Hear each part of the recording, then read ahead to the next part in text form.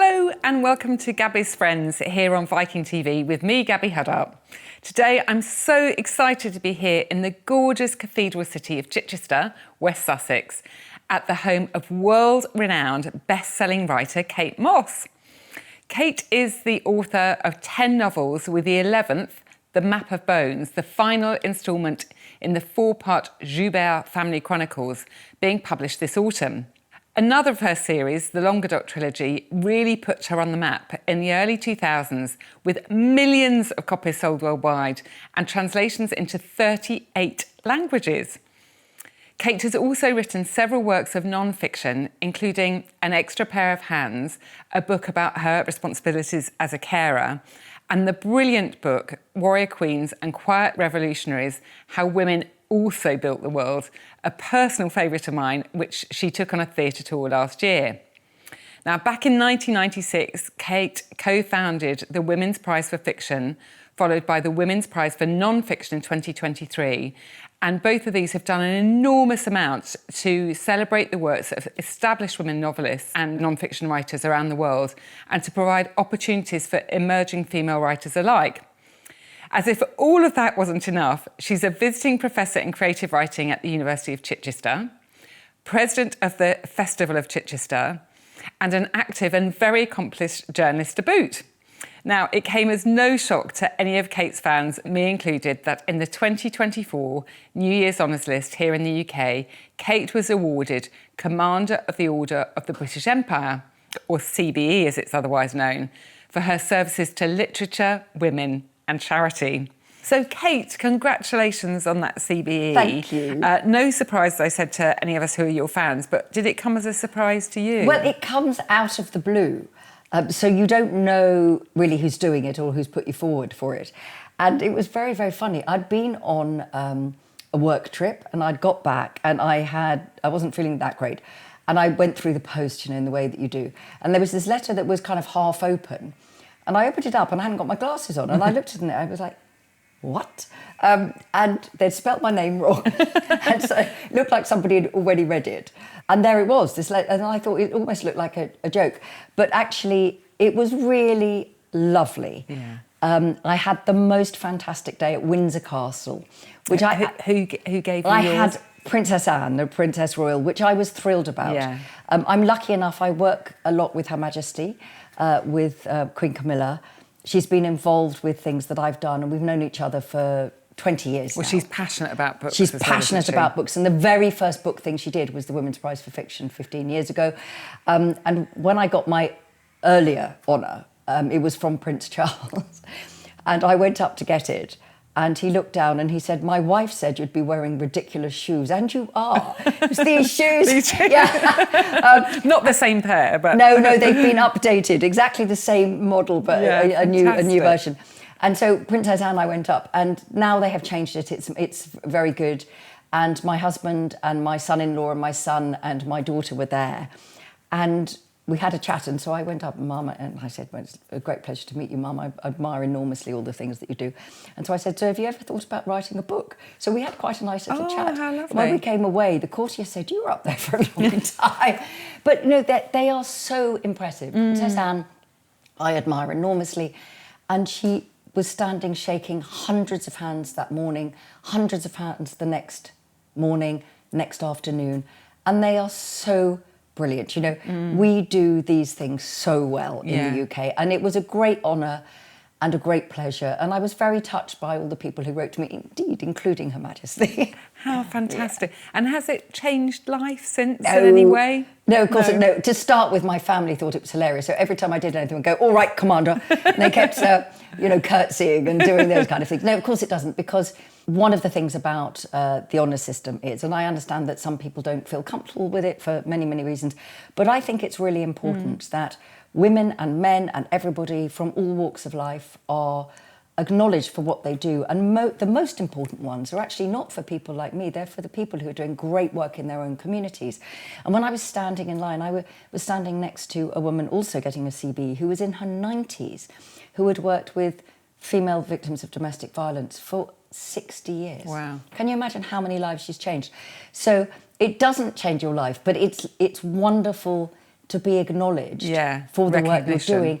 And also, particularly when I'm travelling in America and I'm giving speeches in America about my own books and about the Women's Prize for Fiction or about women's writing, people love to hear about these kind of things. And so I think if it helps open doors and build connections, then it's a wonderful thing. Yeah, and thoroughly deserved. But I'm now going to get you to look back in time to where it all began, because obviously, you know, all of these books, millions of copies sold worldwide. But where did that come from? You know, little Kate, when you were at school, when you were in your childhood, were you always into writing? What was your sort of education like in the early days? I grew up about a stone's throw from where we are sitting now. I'm very local. It's a place called West Sussex, Chichester, and we were in a village not far from here. And many people will know that children's book, The Tiger Who Came to Tea. Yeah. I was that little girl. Oh. I was the eldest of 3 daughters. My dad went to work. My mum was an amazing, brilliant law lecturer and teacher, but she was a homemaker at when we were younger. I had 2 younger sisters.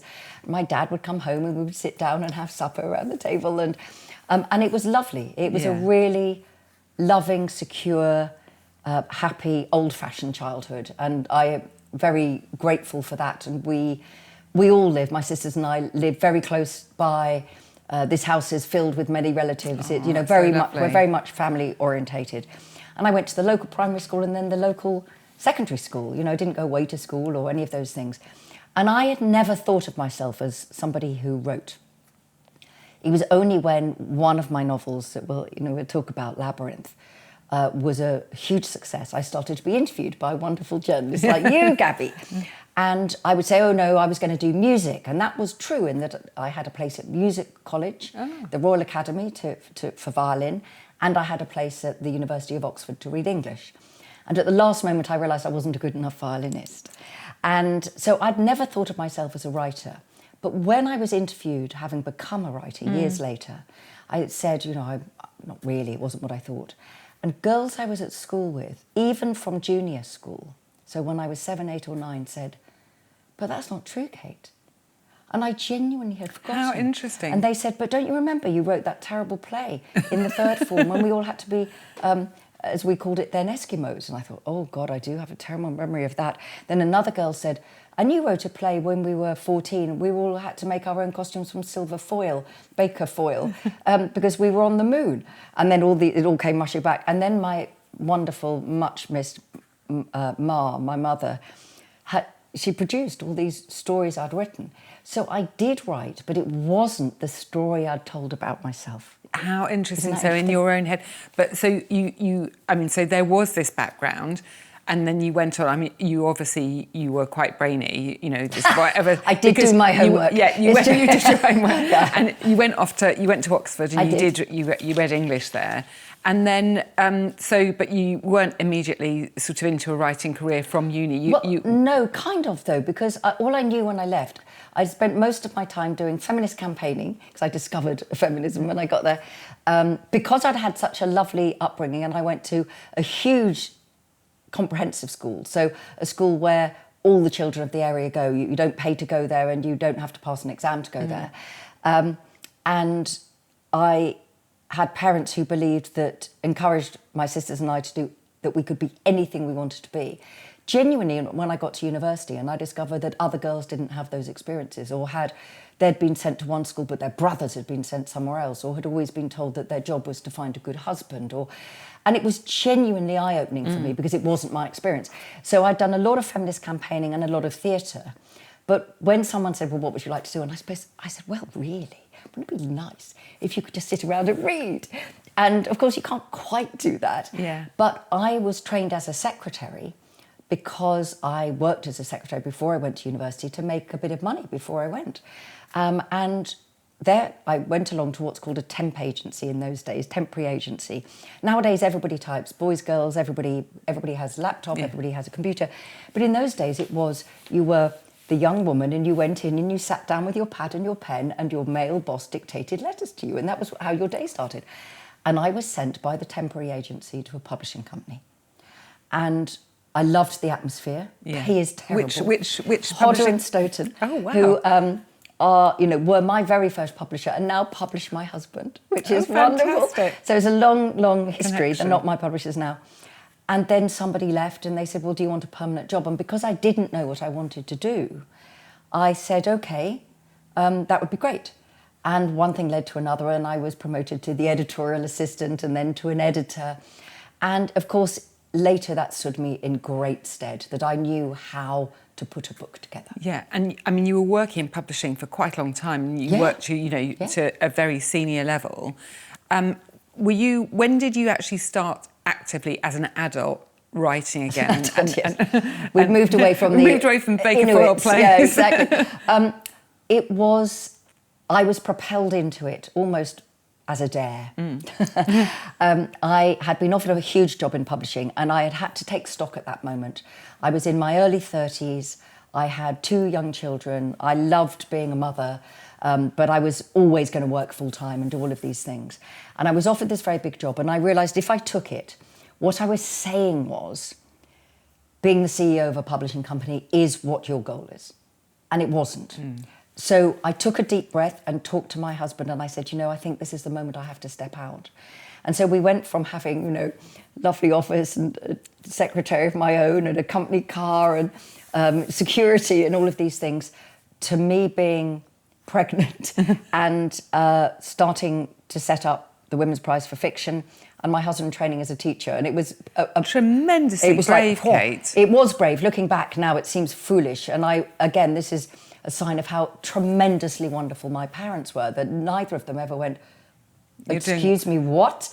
And my husband, and we did this. And I was sitting with a friend who is a literary agent, so someone who represents authors and sells their books to publishing companies. And I said, it's very odd. The book that I really needed to read when I was pregnant with my daughter, I would have really valued it. And now I'm pregnant again, and the book's still not there. And he looked me in the eye and he said, why don't you stop moaning and write it? And I was like, okay, I will, tossing my hair. And he tells the story slightly differently. My story's better. Yeah, of course. My story is, the next day he rang up and said, I've got you a publishing deal. He says it took a week or so. But then when he'd done that, I thought, well, actually, that makes sense. I love being a mother. I love being a grandmother. But I found pregnancy very, very hard. In both pregnancies, I was very ill. It never felt very secure, and I was very anxious, very unlike my normal self. Yes. And so I realised that even if I wasn't going to publish it, writing my emotions down and trying to make sense of it through words, of course, made a great deal of sense for me. And then that was the first book, and then I wrote another non-fiction book about the Royal Opera House, Covent Garden, which went with the BBC series. And then an editor who published novels said, have you ever thought about writing novels? Because at the heart of your non-fiction are characters and people. And I was brought up very much to have a go. That if you fail, you pick yourself up, you dust yourself down, but you will always regret not trying. That was how our parents brought us up. And so I hadn't ever thought about writing a novel, but I thought, okay, I'll give it a go. And I wrote 2 really terrible novels. Partly because I was always sitting on my own shoulder, looking from the outside, thinking, oh, that's not very good, or oh, that's not very literary. And it wasn't coming from inside me. It wasn't for the love of the characters or the story or the place. So that's why it's very funny when people say, oh my God, you were such a huge success with your first book. And I go, actually, no. That was my 5th book. And for the first 4 books, I was a reader who wrote. And I became a writer. Interesting. So interesting. Because I've heard it said, so obviously Labyrinth was published in 2005. And I hope this is an accurate quote of something you said, which is, I became an overnight success at the age of 45. Yes, absolutely. Absolutely. Although my husband has since pointed out that, as always, my maths is very wonky and I was actually 44. So it's gone far and wide that I was 45. And so when I say, well, I'm nearly 63, they go, are you? Hang on a second. The maths is wrong. The maths is wrong again. So, but I mean, so you'd worked in publishing and then you'd written 4 books. But that book went stratospheric and continues to. And I mean, you're taking it on tour next year, and people are still discovering it and still passionate about it. So what was it about that story and that got inside you and that kind of you almost were, I suppose, giving birth to something that was inside you and part of you? It was the story found me. It's that, really. It's very easy to say, oh, that's interesting, I'll write a novel about that, or that person looks really interesting, I wonder if I can make up a story with them at the heart of it. What I've learned is that's not how it works for me. Every single one of my books, non-fiction as well as fiction, start from place. It's all about place. Travelling to other countries, other cities, arriving there as a stranger, exploring, all of these things. And so with Labyrinth, it was going to Carcassonne in 1989. And we were only there because my wonderful mother-in-law, who's now 94, who lives here with us, and who I'm her carer. And she's absolutely fantastic. And she'd retired from teaching and had been given a little lump sum. And my husband, Greg, who I met at school, he had gone off, we got off to separate universities, and then we'd met again by chance on a train. It's so romantic. It is very romantic. It is very romantic. Very wonderful. But also that you're obviously so desperately in love with each other still. Well, it's not so bad lovely. after all these years, is it? When you think, we've known each other for more than 50 years. It's just amazing. Crazy, really. And he had, after university, gone to Paris and had discovered that actually he was a very gifted linguist. And by the time we met again, he was living in Paris, was at the Sorbonne, studying to be an interpreter. And so he had a great love of France. And Granny Rosie, as she's known by everybody, she's my mother-in-law, but she's known as Granny Rosie. She had a friend who was an estate agent, a real estate agent. She was twinned with a real estate agent in a place called Carcassonne that we had never even heard of. Oh, amazing. That's the only reason we went there. But when we first went there, it was November 1989, and I was pregnant with my daughter. It sounds like I've had lots of children. It's just we're bouncing backwards. I've only got 2 children, in case you're all wondering about this. And we got off the train, because there weren't even flights there in those days, and walked down through the modern city, which is 14th century. And then I saw the medieval citadel there on the hill for the first time. And it was slightly drizzling, and the big floodlights were on, and there was this mist. And I just fell in love.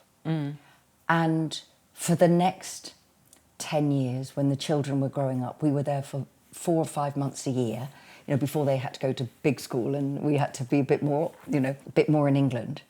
And it's the thing that happened is what I describe as the whispering in the landscape. The idea that in this place, there is a story for me, that there are characters whispering in my ear.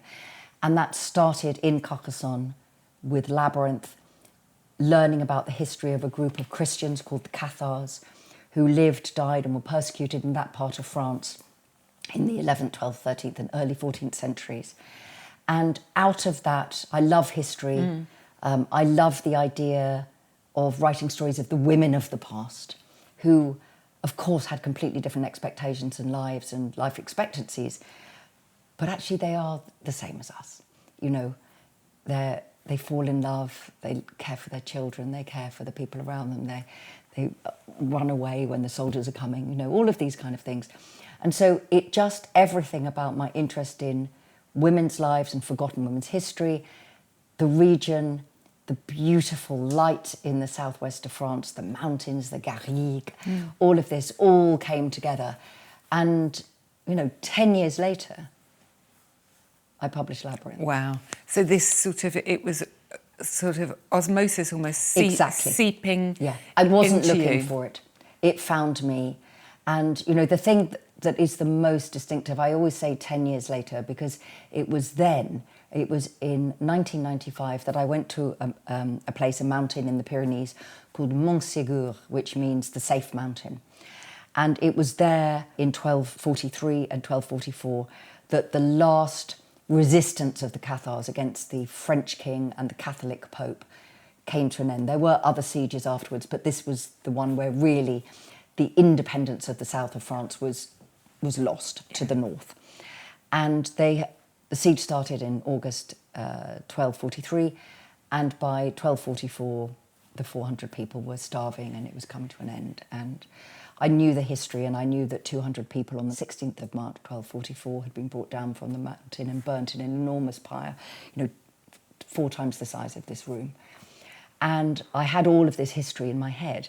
And it wasn't until 1995 that I actually went to the mountain. And looking back, I realise it's because I didn't want it to have no spirit of place, to have no atmosphere. And I climbed up there alone, and it was March, so the same time of year, and I left Granny Rosie and my husband and the 2 children who were little down below building a snowman by the memorial to the Cathars who were killed that day. And I climbed up into the citadel, and it's a ruin now, and it's not the original ruin, if you like, it was rebuilt. But I climbed up onto the walls, and I looked out on the incredible beauty of the Pyrenees, 360 degrees. And I knew that the Nazi Grail hunters in the Second World War had come looking for the Grail, and they believed the Cathar treasure was the Grail. And I had all of this, and it was a beautiful day. And I thought, what would it have felt like at dawn on the 16th of March, 1244, to know that in a matter of hours, everybody you loved would die, and die horribly. And then I just suddenly had this glimpse of a woman pulling a red cloak around herself. And that was it. I went back down the mountain and, reunited with the family and did all of these things. All those years later, when I was writing that chapter with the lead character, Alais, in Labyrinth, I was typing and she pulled a red cloak over. And I thought, oh, it was you. I met you 10 years ago, but I didn't know who you were. And that's how novels work. How amazing. Yeah. How amazing. I've never heard it explained like that before, but also that's your genius, is the fact that you can take all this history, and the history is woven through all your books, and obviously we'll talk about the latest one in a minute, but it's brought to life by the characters who inhabit this history, and then woven into this amazing story. And I shall definitely be booking to come on the Labyrinth tour, because I can't. We could literally talk about that all day. But you're obviously, it's the Map of Bones, which is the one last anecdote which was very wonderful. Given I know that the novel really started at Montségur, when we were filming the mini-series of Labyrinth, the lead character in the modern period is a character called Alice, and she was played by a young actress having her first film job. That young actress was Vanessa Kirby, of all of everything that has happened since. And I had my cameo role, and we all had to climb up the mountain with the poor crew carrying massive cameras and things on their backs. And we filmed in the actual citadel. It wasn't a set. And I was the first person to rap, because I had about 8 lines, and that was the end of it. And I have a picture of Vanessa Kirby and I hugging at that point in the citadel, where I had just done, and I'm the tour guide in the film. Oh, fantastic. Saying, here is the... so those things are so wonderful, because they're like these circular stories. So, yeah. Well, they are, and actually, just another aspect is how through that and through the book, actually, and through obviously the mini-series for other people, but I know I've got various friends who have been to Carcassonne on holiday because of you. That's right. And there are restaurants in Carcassonne. There's one called La Table d'Alaïs, and I don't like to tell the lovely owner, who I know very well, that Alais is actually a made-up name. I did for the book. And often people come up to me, in America in particular. Yeah. When I went on a tour for Labyrinth in America, I was overwhelmed by the level of support, because in America, a lot of the readers wanted to talk about it as a story of faith and a story of a persecuted minority. And one woman came up to me and she pulled up her arm and she showed me a line from the book that she'd had tattooed.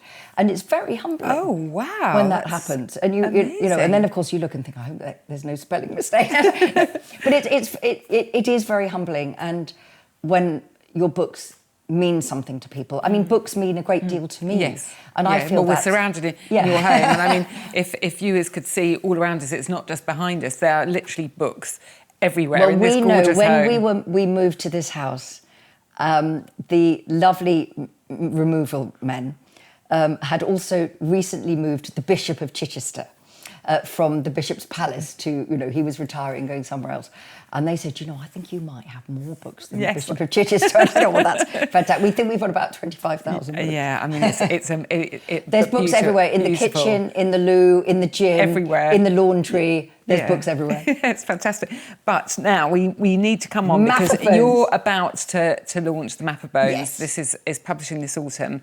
I'm lucky because I've just actually back from a Viking cruise where I read this. Very good. You know I did because I sent you a picture. I put it on my Instagram. Yes. And so I've had a preview copy and I've read it. And I have loved and adored all 4 of the Joubert family chronicles, which we've got here. And, you know, you deliver this fantastic finale.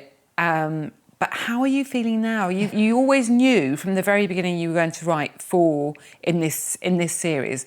When you get to the end of a project like that, which is huge, and I mean, hundreds of thousands of words and, you know, all this research you've got in, but are you elated or are you absolutely bereft? It's absolutely the right question, and it's both, because the idea for the series happened 12 years ago. So this is the end of 12 years of dreaming, of imagining, of writing, of planning, of editing, rewriting, re-editing, all of these things. And I always knew that it was going to be a Romeo and Juliet story, so a Catholic girl and a Protestant boy.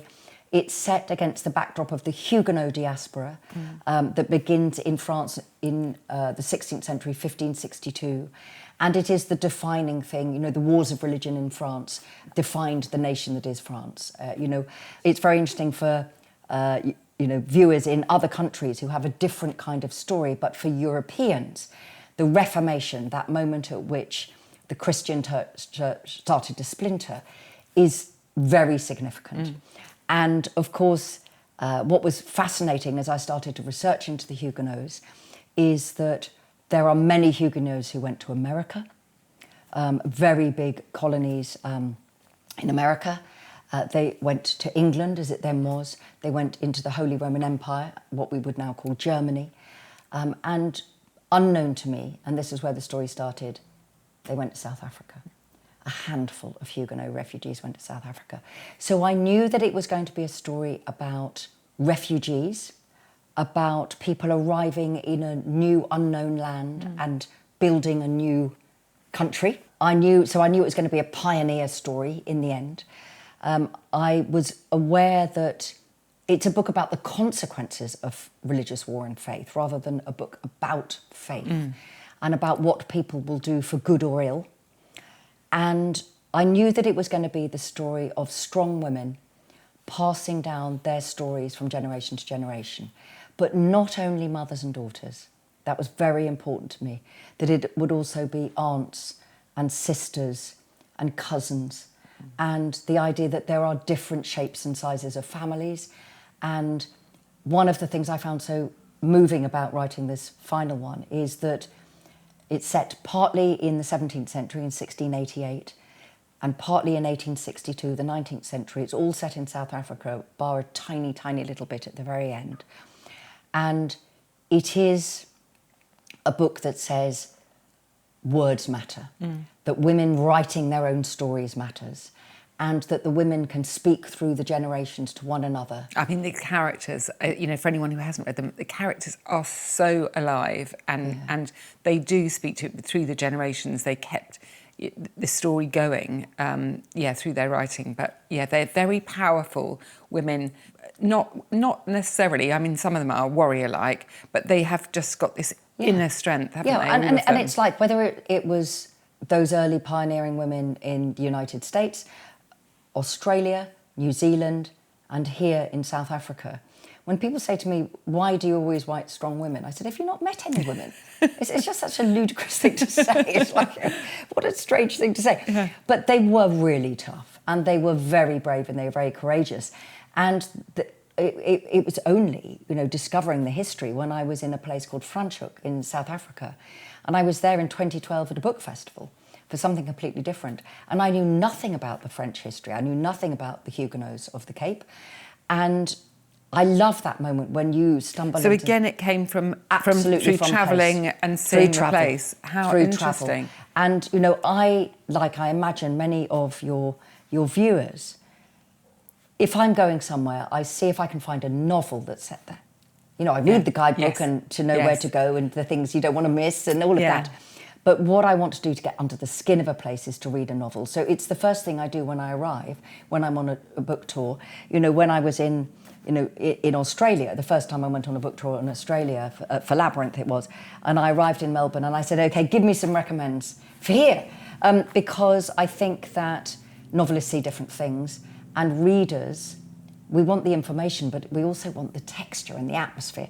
And what people are thinking And what about, people are thinking. So with the Map of Bones, what's been very moving and why it's both been a great relief to finish, but I also feel very bereft, is that the entire series started standing in the graveyard in Franschhoek in South Africa, looking up at the Franschhoek Mountains which ring the town and thinking, these look like the mountains of southwest France.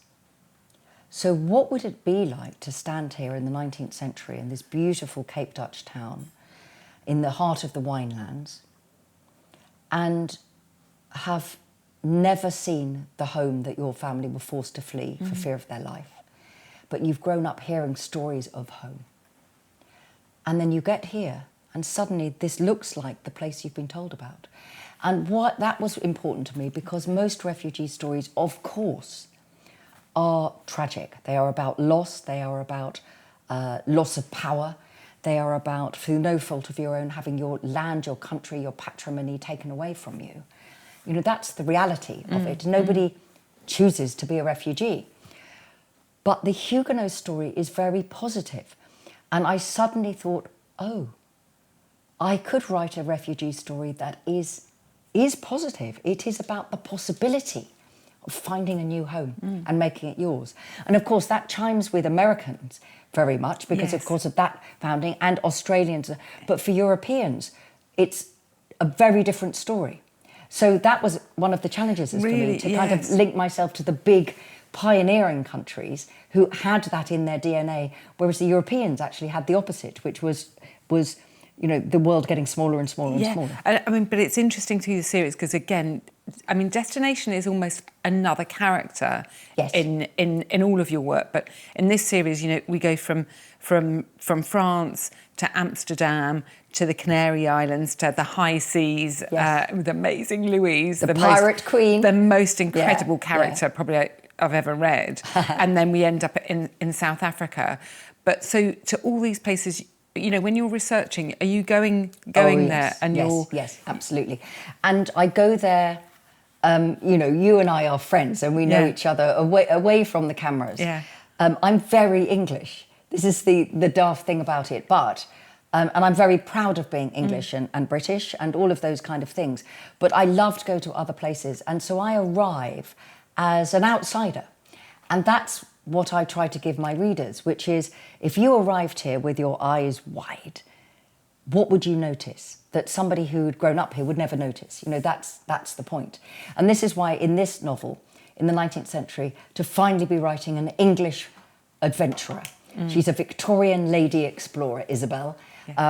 And that was very enjoyable for me, because she arrives in southern Africa. It's now called South Africa, but it's not called South Africa at that stage.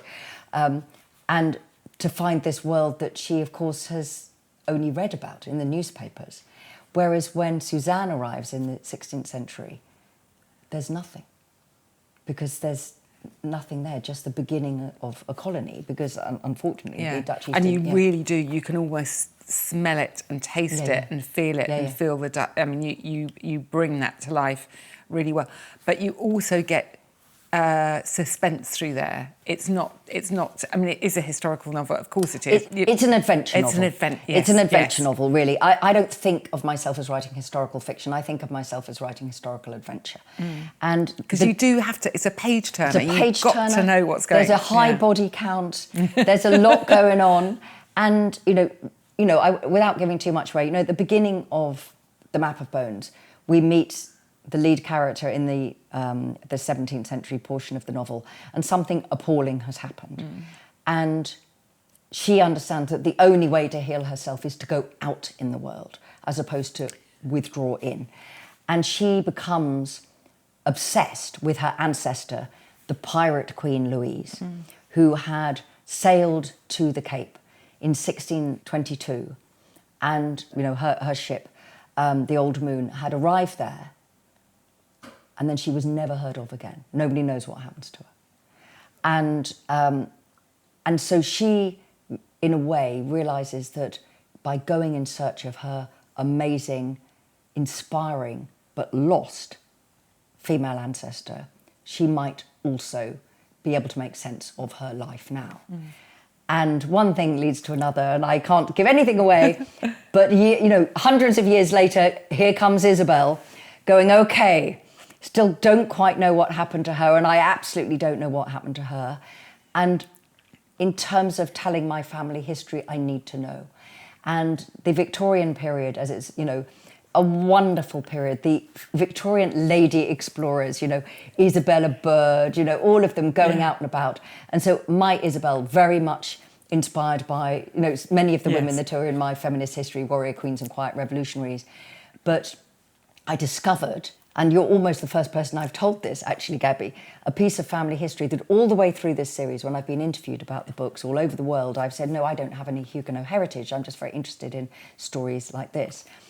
And I discovered when I was writing and researching Warrior Queens that I do have Huguenot heritage. I only discovered this in 2022. You see, that's so fascinating. And it is fascinating in the book.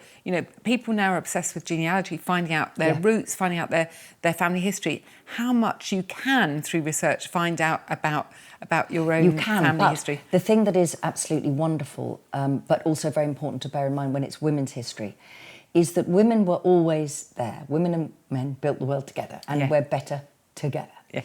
But the writing of history left women out. So it wasn't the living of it. So a lot of women who were very famous in their day, and everybody knew that women did this, that and the other, it was the men writing history in the 19th century in particular who just ignored them. Or attributed their, particularly in the area of science, attributed their understanding to the men who worked alongside them, or sometimes even the men who worked for them. Yeah.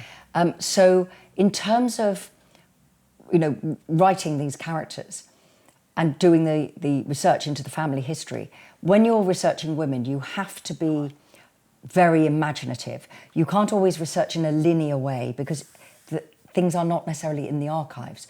So what you do in the 19th century is you go to a newspaper and you notice that such and such a woman is mentioned as having done this. You go to the history book, no mention at all. But the newspaper says the first mayor of such and such. Isn't it interesting? So you have to weave, and it's a bit like being a detective, isn't it? It is being a detective. I think being a writer is like being a detective. You're teasing out the threads, trying to separate the wheat from the chaff, decide what is real and what isn't real. What is, we always are we're very sweet about the past. We know, good Lord, we know at the moment that politicians, leaders, newspapers don't always tell the truth. But when we're looking in the past, we believe it's true. So we often don't challenge that this person wrote something about this woman. And that might not be true. Yeah, it might be that they had an axe to grind and they're trying to traduce her reputation or whatever. So when you're researching to write, particularly in the Map of Bones, where I'm writing these two very distinct periods of history, you have to just go digging deeper and deeper and deeper in order to try to get some version of the truth. So talk us through, with your research, your writing process, how long is the research phase before you actually sort of start actually writing? Well, as you said and you realised, I go to these places. So Carcassonne, Toulouse, the Pyrenees, I've been going there for, 35 years, however many years it is now between 1989 and now. We're back to the terrible math. Yeah. Amsterdam, I was there on a book tour. It's a very big part of book touring. And I always knew that I would write something there when the time came, just because it was a city that I love and it speaks to me. Yeah. Paris, the same. La Rochelle, the great Huguenot capital on the west coast of France, the same. The Canary Islands, that get a very bad rep, but the Canary Islands are so important and so fascinating and really important to European travellers. My family and I go to the Canary Islands on holiday every January, and the real history of the islands is fascinating. They were... Well, that's in the Ghost Ship. The you really bring that back. Point of the turning fascinating. World. Every ship going to investigate whether they were going to the New World in America or they were going down to South Africa or to the East Indies or the West Indies, stopped either in Madeira or in the Canary Islands to take on fresh food and water. And they were a cultured, amazing society, but they were colonised and invaded by the Spanish, the Castilian Spanish, in the 15th century. And the original inhabitants, the Guanches, were, exterminated, really. So, again, I've always loved the Canary Islands, and I knew at some moment there would be a story for me there. South Africa, the whole series started there in Franschhoek. And then I began the process of researching the beginnings of what would become in the 18th century known as Cape Town. It was a Dutch East India colony. The Dutch East India Company were the world's first multinational company. It was the first time it wasn't an emperor or a king or a country had power. And they were bigger than Microsoft in their day. It started in 602, they were bigger than Microsoft. And it was, the beginning of the modern world in some respect, that trade and money was more important than royalty and birth and influence in that kind of way. And so I had to do a lot of research into the early beginnings. I spent a lot of time in the Western Cape, but also very particularly talking to Afrikaners, people who are descended from Khoi and San. I have a lot of friends who are academics from all communities in Southern Africa and South Africa, to make sure that I was really reading the right information, making sure I was using the right language. And that was a very intense piece of work where I went backwards and forwards, getting university professors to look at the work and make sure that I had got the timeline correct and, all of these things, because in British schools, you're not taught South African history at all. The only history that you know about South Africa is the apartheid era, which is obviously a shocking and shameful stain on everybody. But there's a much longer history than that, of course. And then in the 19th century, the British had come in and, had behaved not well, there, and it will come to a head later on. With the Boer Wars and all of this kind of stuff, which I learned about through reading Sherlock Holmes, actually, not from school books. So all of this is to say that it starts with the land for me. When I'm in the Franschhoek Mountains, when I'm in Stellenbosch, when I'm in Drakensberg and all of those places, you have to kind of shut your eyes to the traffic and the electricity lines and all the beautiful modern vines, and try and imagine what those first wine farms, those pioneers would have found.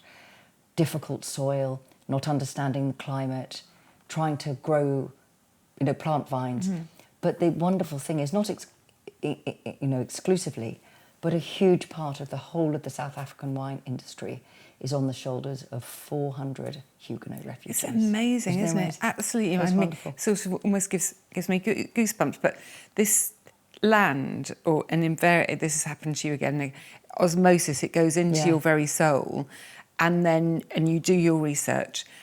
You then sit down at your desk and your writing process, is it really, you get up at 3:30 in the morning and start as I'm writing? I'm in my 60s now, and it's a little bit later, nearer 4:30. Not when I'm researching and planning and doing all of these things, no. I am an early riser, I always have been.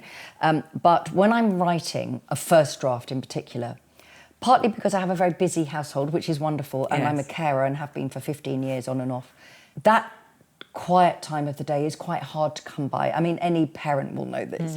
And so you have to work when you've got a moment to work. You can't be sitting around going, I don't really feel very creative at the moment. You've just got to get on with it.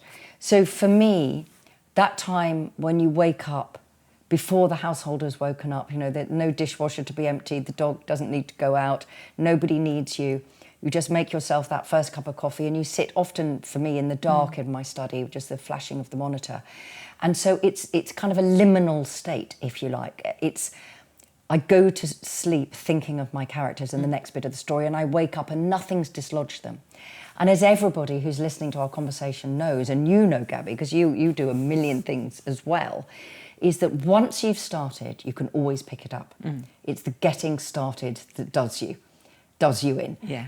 So I do start very early, because it means that by the time I need to be Kate, the daughter-in-law, Kate the mother, Kate the writer, Kate the this, that and the other, I have been Kate the writer for 3 or 4 hours. Yeah, you're ahead of the day. I'm ahead of the day.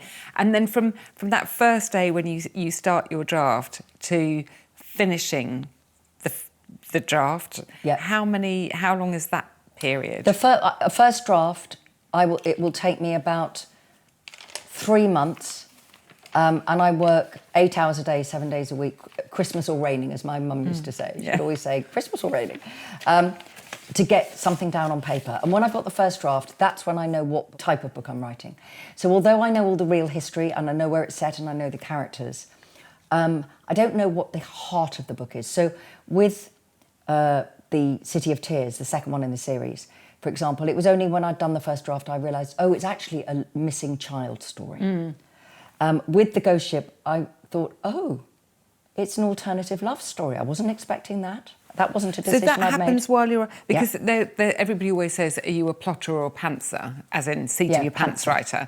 Well, I'm a bit of both, because... But you the do stage loads of set plotting. is built. Yeah. So the way that I always think of it, my research, my knowledge, my love of the land, my knowledge of the history and the mystery of any particular place, that is like building the stage set. It's about, we're sitting here in my house, and this is my house, but at the same time we the table is here and we've got books on the table. And so for me, all of the research and planning is about that. It's building the stage set. And then it's knowing that there are actors, that's to say characters, standing in the wings.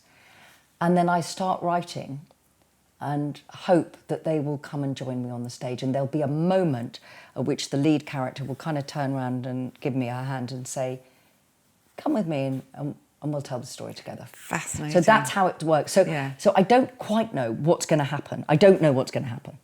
I know everything about all the rest of it, but the stage is bare.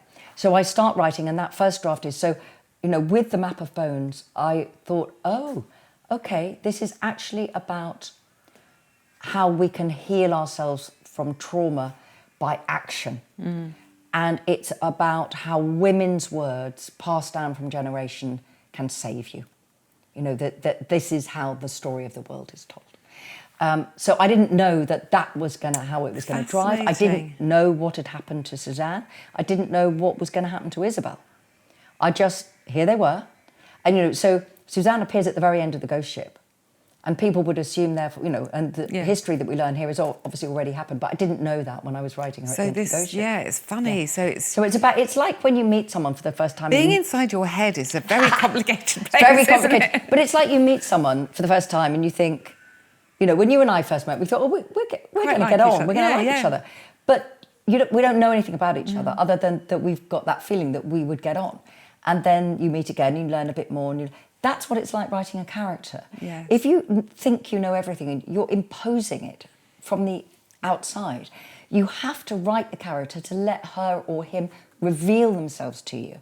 And then, of course, the second draft is about saying, this bit of the story doesn't work, this is too boring. If it's a Kate Mosse novel, it will probably be, there are too many evil priests, we don't need all of them, just one will do. Then the third draft is, okay, now I know what the story is, I know who the characters are, and now we get serious. And that is, what is this chapter doing? If it's just beautiful writing, out it goes. What is this character? What purpose does the character serve in the plot? If it's just quite a nice cameo role, then get rid of it. Oh, you have to be quite brutal. Really brutal. Yeah. So that it's tight, because in the end, although they're historical and there's a lot of information in them, because I know my readers fall into two types: the people who really love to learn about history through fiction, but very much travellers, love my books, that it's about place for them. But I told you that The Ghost Ship was there on my recent cruise, and there it was on the bookshelf. I was very excited. Well, thank you, Viking. Thank you very much for that. Yes, and I'm delighted about that. I'm delighted to know that my books And I think it is that, because travel's a big part of it, history's a big part of it. You're on the water and you need to read a book about pirates. Yes. I mean, God, mine are nice pirates. But also, I mean, with the Map of Bones, it's very much that sense of, I want people to be going, oh my God, what happens next? No, there's elements of thriller writing in these. Definitely. And they're page turners. And so that has to be really tight to every word has to earn its place. Yes, There yes. can't be any passengers here. I mean, and that actually is a probably very good segue into the other thing that we have to talk about in this interview, because it's been so influential for so many female writers globally, which is the Women's Prize. Yes. Which is, and you know, because every word earns its place for all of those books, great books that make it onto the shortlist. And obviously, 1996, you were the founder of the Women's Prize in 1996, which then the Women's Prize for Fiction, and then you've expanded from there. 2023, you added the Women's Prize for Non-Fiction. Can you just tell our viewers a little bit about these prizes and why? Because I think that, you know, the genesis of this prize is really interesting.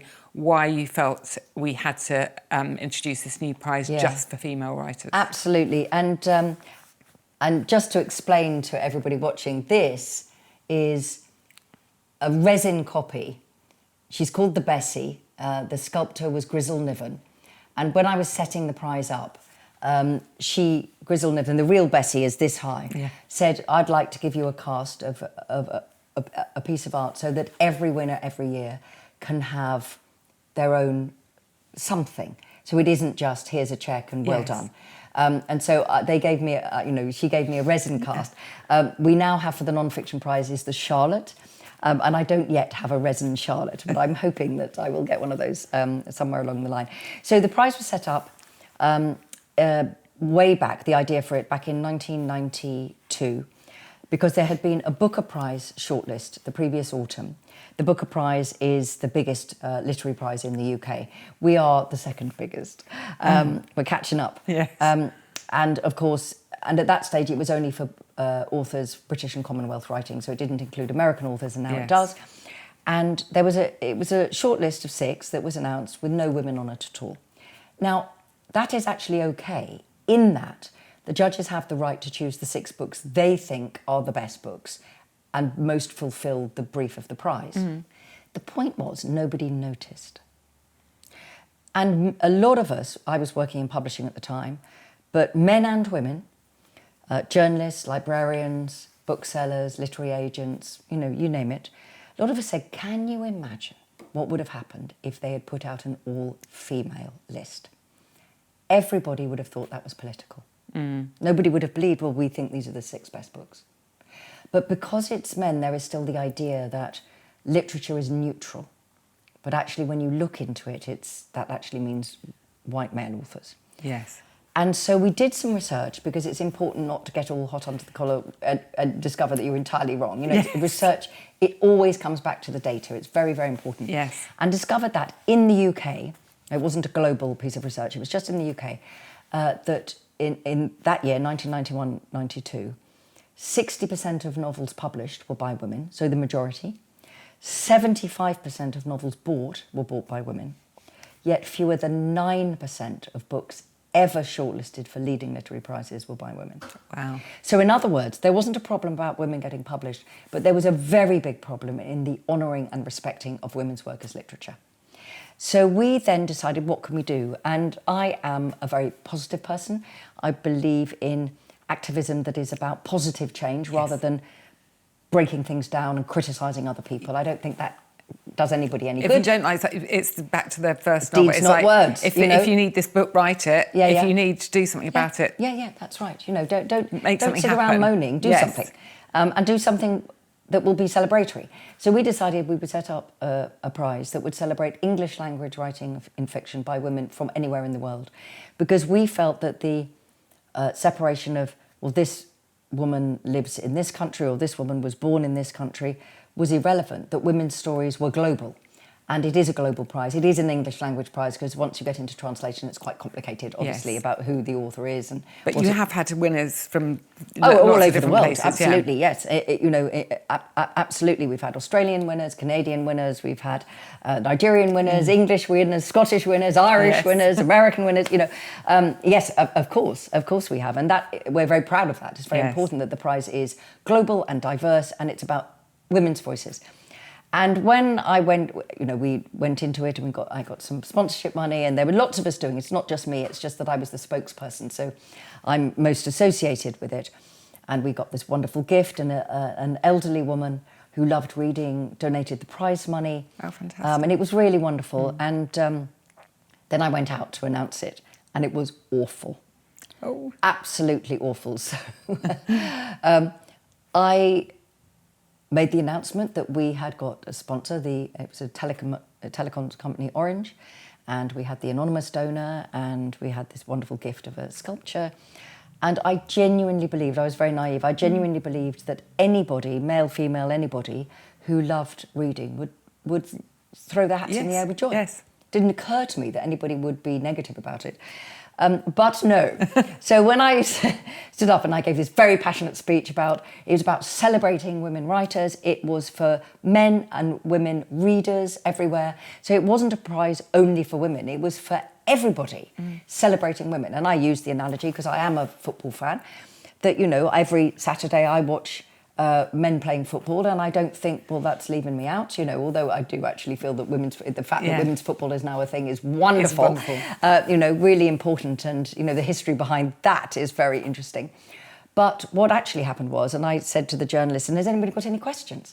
And I should have realised a tweedy arm went up at the back of the room. And I didn't know any of the journalists then, because I had not done that much media. So I didn't realise he was from a British newspaper called the Daily Express. And this is genuinely the first question on record asked of the Women's Prize. And his first question to me was, "Are you a lesbian?" Oh, wow. And so I said, "No, are you?" And then everybody laughed. But it was very interesting. So it was very hostile. People saying, if women were any good, they'd win the real prizes. And you were going, guys, look at the data, look at who's reviewed. It's not about that.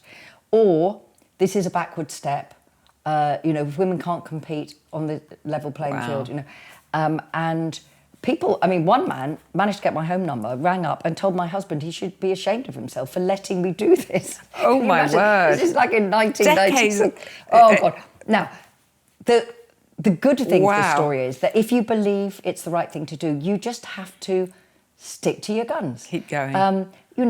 Not everybody likes everything, but if you believe in something, you have to have the courage to keep going.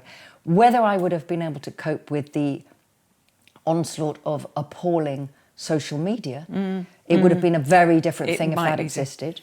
I don't know. But over the years, people, little by little, realised that this was about celebrating the best. It was about telling readers, whoever they were, about fantastic writing, and that many of the books that they were being told about, they hadn't heard about. Because it has highlighted so many brilliant books and really given a platform to so many female voices that wouldn't otherwise. I'm very proud that I'm a patron of the prize. And because I love it, because it changed so the much landscape. So much reading material. So much reading material, and it also made people realise that it would be a lovely idea if it was still a level playing field, and that feminism had done its job, and that everybody, male, female, everybody was judged on who they were and what they did, not what they looked like. But it made it clear we weren't quite there yet. Quite a long way to go. The joy has been, I would say, one, seeing the prizes go out everywhere in the world and the incredible winners and amazing people like you who are patrons who love the prize and look forward to it, and all of the library, the Women's Prize Library is tens of thousands of books. It's not just the winners. Yes. And millions of people have picked up a book because it has a sticker saying winner of the Women's Prize for Fiction or shortlisted for the Women's Prize for Fiction. Launching the Women's Prize for Non-Fiction last year, which had long been a goal of mine to do the same in non-fiction, because there is a big job to be done there. Only 25% of books reviewed in the UK in non-fiction are by women, even though half and half are publishing. And when you take menopause, health and childcare out, it vanishes to nothing. But surely readers want the expert, whoever they are in the field. They want to read the best book. Yes. If it's about immunisation, if it's about China, if it's about AI, you want the best person. You're not sitting there going, well, it's a book by a woman, I'm not reading it. But there's a very big job to be done there. When I went, however, to do the publicity for that, and I started with the Today programme, which is the key BBC Radio 4 programme in the UK, and I ended with the Andrew Marr show, which is also the key kind of drive Sunday time going morning, home, and I did everything in between. I am not a weepy person, and I am an optimist, and I travel hopefully, But when I came out at the end of that, I stood on the pavement just outside Parliament Square, not far from the statue of Millicent Garrison Fawcett, the very first statue of a woman in Parliament Square, with her famous suffragette slogan, "Courage calls to courage everywhere." And I nearly wept, because every single interview, everybody said, "This is a brilliant idea. We really need this, Kate. We need there to be much more coverage of the amazing work by women." And I thought, there you go. Things change. Yes. And there is a wonderful American woman who was called, what were called freedom riders. So we all know Rosa Parks, but there were many freedom riders, men and women, black men and women and people of colour, who defied the bus bans. And Rosa Parks was actually later than Pauli Murray. Yes. And Pauli Murray was a very interesting character. She called herself an in-betweener, what we nowadays would probably call a gender-neutral person, or all the language, Yes. A different, she didn't define herself as male or female. She was a non-binary person, but that wasn't language used then. And she later became a minister in the Episcopal Church. She was one of the first black female minister in the Episcopal Church, an extraordinary woman. And she had a phrase in her autobiography, "I have lived to see my lost causes found." Oh, how amazing. I mean, that brings tears to your eyes, yeah. that, doesn't it? And there was an element of that, obviously not anything like as important as getting rid of the Jim Crow laws in America, and all of that. But just the difference in nearly 30 years, people understanding that actually the battle for equality in all areas is not yet over, but more importantly, things go backwards as well as forwards. And so that day, launching the Women's Prize for Non-Fiction, and everybody going, "God, what a brilliant idea." And I thought, I have lived to see my lost causes found. Oh, that's amazing. It was wonderful. Do you know, I was going to ask you, but I'm not going to ask you this now, because based on that, I was going to ask you if all over the years for a favourite book from the Women's Prize, but actually I think everybody should just look up the backlist, because they're all brilliant. They're all brilliant, and they all deserve to be discovered if they haven't been discovered yet. So let's not ask you for one, but I have to just, before we go, I just have to, because this book was such a brilliant book, Warrior Queens and Quiet Revolutionaries, how women also built the world. And you're very much, you're obviously a very ardent feminist, but you are about women. I want the right to have a job. Yes, so and you want women and men like to both be. For me, the F word is fairness. Yes, it's fairness. Simple as that. Exactly. Yeah. So, and it is about, we're not denying that men have been a really important part of history, but so have women. But this book, I would also urge anybody who's, everybody should read it, men and women. But I am going to ask you from this book if there is one woman who you would like all the Viking viewers to maybe find out about, because they won't have heard of her. Well, it's a bit of a joke answer this, because there are nearly 1,000 women in the book from all periods of history and who have done extraordinary things, and we would all have our favourites, and so important. But because we're sitting in my kitchen, I feel that I must raise a glass to the extraordinary Josephine Cochrane, who is an American woman who lived in Chicago in the 19th century. And we could only assume at the end of a very trying Christmas, where nobody had cleared up after themselves, and it was extremely annoying, she went to a shed at the back of her garden and said, "I suppose if no one else is going to invent a dishwashing machine, I had better do it myself," which is the cry of women everywhere and housework. And she did. She invented a dishwashing machine, and in December 1898, it was patented. And it is still basically the machine that every home in the world, if they've got a dishwasher, uses it. So Josephine Cochrane, exactly. We salute you. Absolutely, absolutely. You've got to love that woman. Got to love her. And Kate, so, I mean, you've done this, you've done so many things. What next for you? Are you working on your next novel? I am obviously very much enjoying just going on tour for the Map of Bones. For me, a book is finished when I'm meeting the readers. And I love the moment of celebrating with readers. So the Map of Bones, it's all quite emotional. Lots of people are going, oh my God, I can't believe we killed her. And I feel, I know. I am writing a young adult version of Warrior Queens and Quiet Revolutionaries for girls and boys, I hope, but for 12 to 18, and which is called Feminist History for Every Day of the Year. And that's also a global book, very much a global book. But the thing I'm building up for next spring is I'm doing a one-woman show of Labyrinth. It's called Unlocking the Secrets of the Labyrinth, and I will be in a different British town every night for 6 weeks, start at the end of February, finish just before Easter in April. And it will be telling the story behind the writing of the book, the real history, the Nazi Grail hunters, the Cathar treasure, the fact that in France, labyrinths became a very big thing in medieval Europe, but there are more labyrinths in France than the whole of rest of Europe put together. And why is that? And I will be just sharing a few secrets on the stage, so it will be music, lights, props, all of that kind of thing, because I discovered when I did my Warrior Queens tour last year that I loved performing. I loved being on the stage. I loved the audience, and it's quite something to share every night, share your space with 1,000 people. So I'll be doing that. And after that, it will be the 30th anniversary of the Women's Prize for Fiction, and it will be the second year of the Women's Prize for Non-Fiction. And after that, I hope I will be able to just simply be Granny for the whole summer. Oh, well, fantastic. And that sounds like a very, very busy year coming up. And I'll just finish by saying both of these books, you have to read them, I think. Well, thank you. Yeah, and I can't wait to come and see you on the Labyrinth tour. It'll be fantastic. But thank you very much for having us to your home.